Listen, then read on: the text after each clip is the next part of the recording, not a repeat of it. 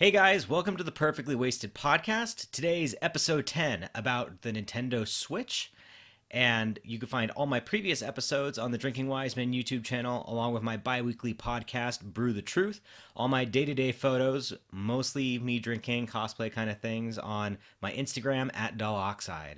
So, the Nintendo Switch just recently got released, and I'm seeing a lot of different comparisons to different things, seeing some people talk about different stuff. Please stop tasting cartridges. It's just a weird kind of thing. They added a chemical that makes it taste weird. I understand. That doesn't mean you have to stick it in your mouth. If everyone stuck things that tasted weird in their mouth, then we'd have a lot more to talk about. So, anyways, the Nintendo Switch. So it's this kind of wonky looking system that they've made a hybrid between a handheld and a console that you hook up to your home theater. And actually, it's really a good idea, and Nintendo's kind of going after the market on it.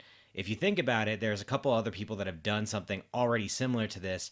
Chromecast kind of does something like this, but it's only for mobile games. So they're kind of beating out them because obviously it's a much more powerful machine. Something that most people tend to forget is that there's actually been a contender for this for a few years now, and that contender was actually the NVIDIA Shield. The Shield tablet can actually do similar things. So I'm going to look at a little bit of what they have in common. Mostly, they use a very comparable processor, which, I mean, if you're looking at the Switch and you're comparing it to like the PS4 Pro or the PS4 or even the Xbox One or the Xbox One S, they're not the same. Like, it's a completely different processor class. Now, the NVIDIA Shield has pretty much the same processor. It is a customized processor is what they're calling it for the Switch, but it is essentially the same thing, or at least the most comparable out of all of them is the processor that is in this machine. Now, it also has its own controller, and it has a 8-inch screen, which the Switch has a 6-inch screen approximately. The battery life is pretty comparable. The Switch has 1,000 milliamps less than the Shield does. I believe they're about the same thickness. They're about the same size, so on and so forth. So really, they're not exactly the same thing, but Nintendo saw somebody else doing it, and they said, "Well, hey, we could do that with our system, and then we can do this weird thing with our controllers that they latch onto the side, and then next thing you know, we got the Nintendo Switch." And just to give you a better idea, here are the two top and bottom. So the Nintendo Switch requires a dock to be able to go onto the television, and the Shield doesn't. The Shield produces the same resolution regardless of if it's hooked up or not because it outputs to HDMI, whereas the Switch actually, when it's disconnected, goes down in resolution. So that's kind of like a weird thing, but I'm guessing they do it to try and preserve your battery life. And I mean, on the battery, that's kind of a wacky thing altogether to me also, because they did go ahead and they had a teardown of the Switch already, and the people that tore it down say that there's a 525 milliamp battery inside of the controllers. Okay, so you have your controllers with the 525 milliamp battery inside of it, and they're stating that that's approximately 20 hours of controller life. The system, without being on the dock, has a 3-hour approximate system life, and that's Nintendo's approximation based on playing Zelda. Okay, now the battery stock inside of the system is 4,310 milliamps. So between the two controllers, that's 1,050 milliamps that they have access to that they're using only for the controllers. Anyone see a problem here?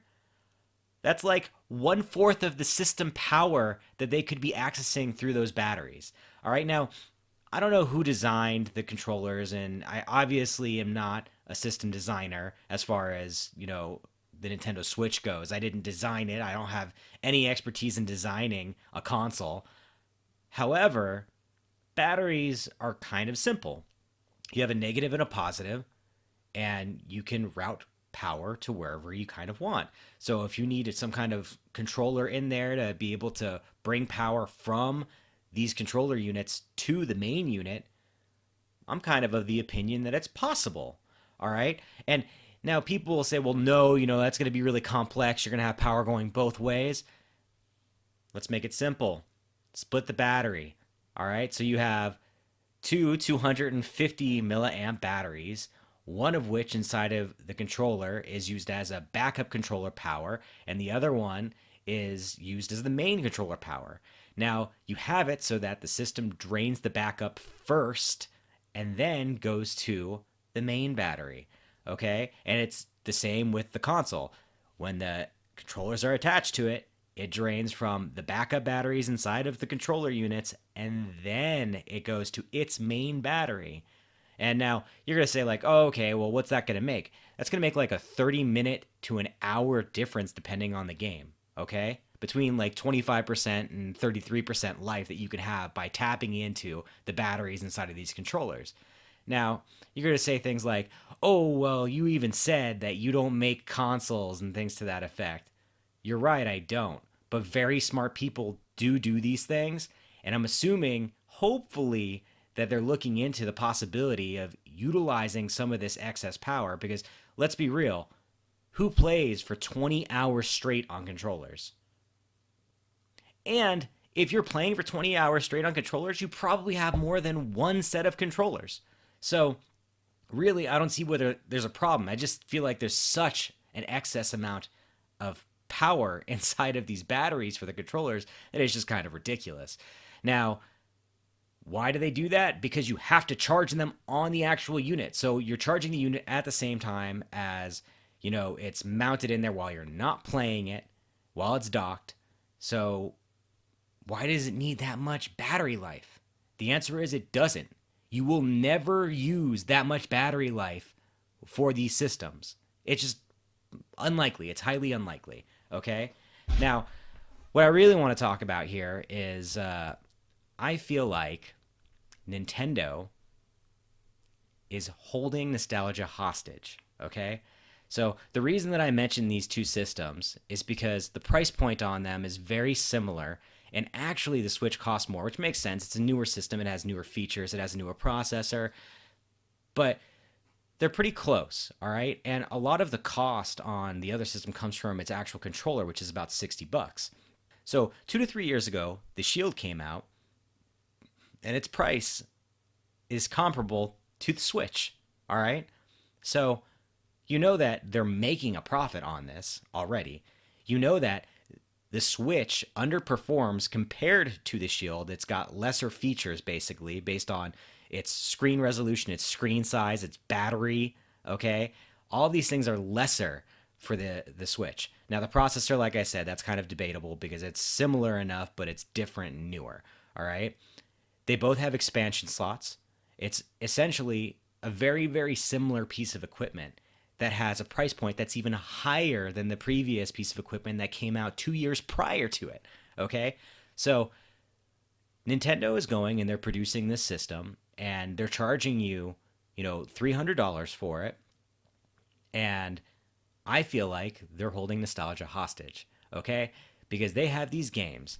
They have these games that have these heroes that everyone knows, all right? So you have your Mario games, you have your Metroid games, you have your Zelda games, and you have your Pokemon games. You also have Smash Brothers, you have Animal Crossing, you have Splatoon, which is kind of new, and you have Fire Emblem. You have all these games that people know that are being held hostage by Nintendo that's making you pay more than a system is worth for a system that just frankly underdelivers, okay?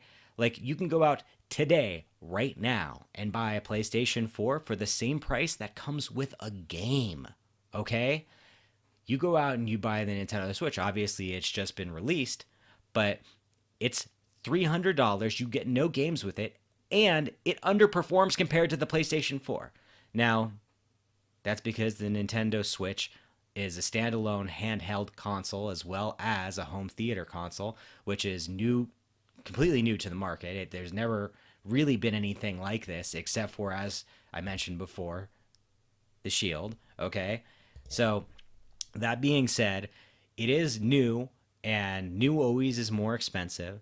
And I just feel like Nintendo really is kind of they got a grasp on our wallets, and they know what we want. And since they have the only licensing rights to be able to produce these games, they're just holding nostalgia hostage. And I feel like it's really kind of screwed up that they're producing these under par systems when they could be doing so much better. So that's kind of my take on it, guys. Obviously, I'd like to hear your take. So please like, subscribe, comment, and hey, if I got something wrong, feel free to let me know. Just kind of don't be super rude about it. And thanks again for joining us. That was 10 minutes perfectly wasted.